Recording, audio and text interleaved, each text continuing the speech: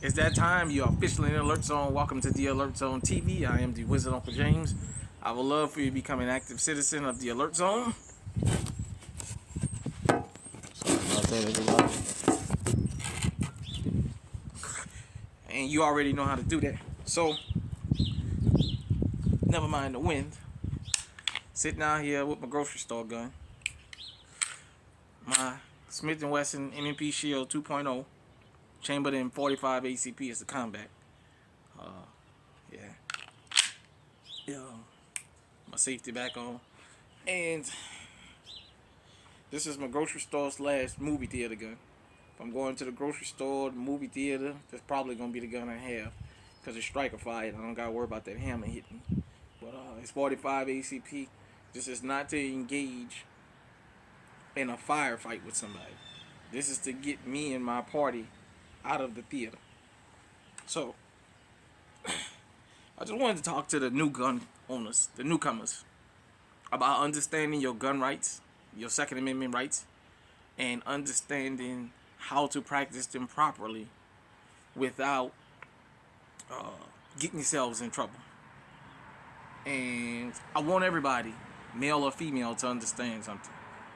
A lot of times you hear the term, I wish somebody would, I wish somebody would. That's not a literal term. Law-abiding citizens that's firearm owners, we don't go around looking for trouble. We're not looking for somebody to start something with us so we can have a reason to kill them or shoot them. We don't do that. As a group, the majority of us, 90+%, 95+% of gun owners don't do that. We don't go out looking for trouble. I know they like to talk about the corner boys, the hood boys and what have you. A lot of them guys have legally owned firearms. Even though they may do what they do, I don't believe a lot of them go out there actually looking for trouble. But this is to the new gun owners. I want you to understand something. You have to learn how to properly hold the firearm, shoot it, get what is good for you. But besides that, something you need to know. You can't be emotional when you own a firearm, because as legally owned armed citizens, we have less rights with these than, well, criminals don't have no rights, but they get away with a lot more because of the liability laws. And the law does protect a fleeing criminal. So let's just say you catch somebody in your home, they jump out the window. Under the law, you cannot chase them down and take them off the planet because they flee and they're going to say they didn't pose no danger to you. Now, I know how it can be and how it gets your adrenaline pumping that somebody would do that. But you just have to think about that. When people turn away, unless they have a firearm in their hand, you cannot fire at them. And even then, with a firearm in their hand, if their back is turned, they're going to say they're not posing a threat to you. So you always have to keep that in mind.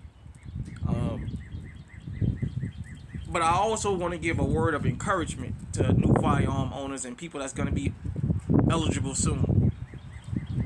These things teach you discipline when it's registered to you. A lot of people say, I can't get no gun because if I get a gun, my temper's so bad. When you got these and you got them legally, you're going to find yourself avoiding a lot more situations than you would before. Because your goal is not to get this to hurt somebody. It's to defend yourself. You're going to start thinking about it. Is it really worth going into a particular area where something may happen? You know what I mean? So I just want everybody to think about that. Practice your Second Amendment rights, but practice them properly because you have to think about it with these liability laws. Here in Iowa, for example, our castle doctrine is different than Texas. I know Texas, you can protect your full property. Iowa, unless they changed it, and I'm going to research, a detached garage is not considered even immediate danger zone.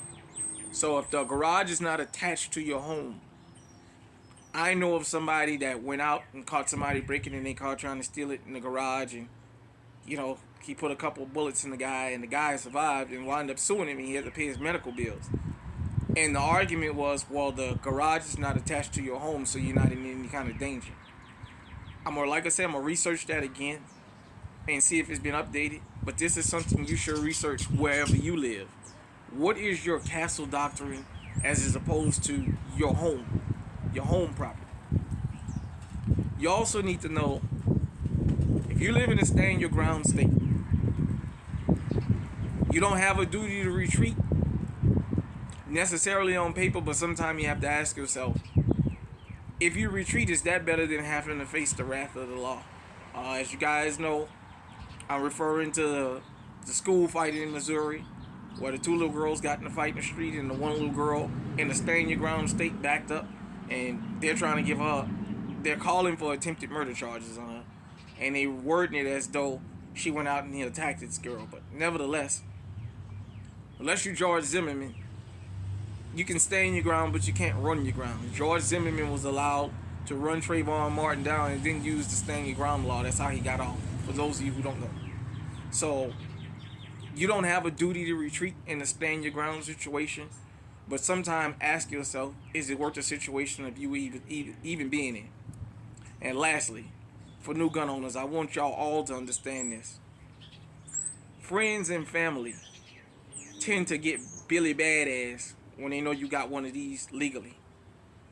If you got a messy friend, a messy sister, a messy brother, if your mammy can't keep her mouth shut, your auntie, your grandma always calling people out of their name, and then they want to come and call you, ask yourself, is it worth it? A lot of them, when they know you have these, your friends and what have you, they'll go start shit because they know you're legally armed. They'll tell you, come take a ride with me in a situation, and they don't tell you, but they know you got that thing on you. And they'll go somewhere where they're having a beef with somebody, and that throws you into the middle of that. I've seen it happen.